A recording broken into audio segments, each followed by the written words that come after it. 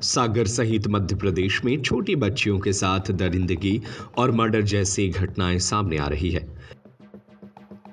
शुभ मुहूर्त आया, हीरो साथ आया, शुभ मुहूर्त आया, हीरो साथ आया। 4 दिन बाद दशहरे पर रावण दहन किया जाना है।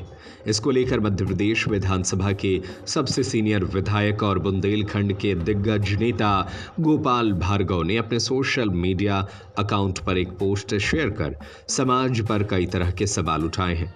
उन्होंने लिखा है कि नवरात्रि का पावन पर्व चल रहा है। गांव से लेकर शहर तक जगह जगह देवी जी सहित कन्याओं का पूजन हो रहा है। 5 दिन बाद दशहरा आएगा।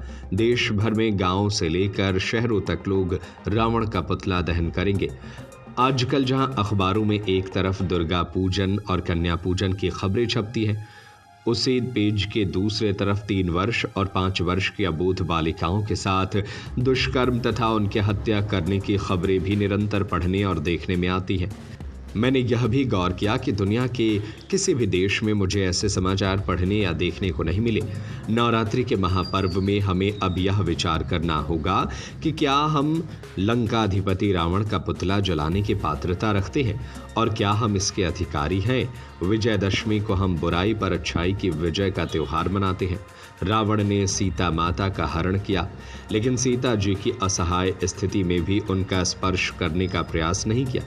तुलसीदास जी रामचरितमानस के सुंदरकांड में लिखते हैं, तेहि अवसर रावणु तह आवा संग नारी बहुत किए बनावा। अर्थात रावण जब सीता माता के दर्शन करने जाता था तब लोक लाज के कारण अपनी पत्नी और परिवार को भी साथ ले जाता था। सभी प्रकार के रामायणों में उल्लेख है कि रावण से बड़ा महाज्ञानी, महातपस्वी, महासाधक और शिव भक्त भूलोक पर नहीं हुआ, जिसने अपने शीश काट कर भगवान के श्री चरणों में अर्पित किए। ऐसे में आजकल ऐसे लोगों के द्वारा जिन्हें न किसी विद्या का ज्ञान है, जिन्हें शिव स्तुति की एक लाइन और रुद्राष्टक, शिवतांडव, सत्रोत का एक श्लोक तक नहीं आता, जिनका चरित्र उनका मोहल्ला ही नहीं बल्कि पूरा गांव जानता है, उनके रावण दहन करने का कोई औचित्य है?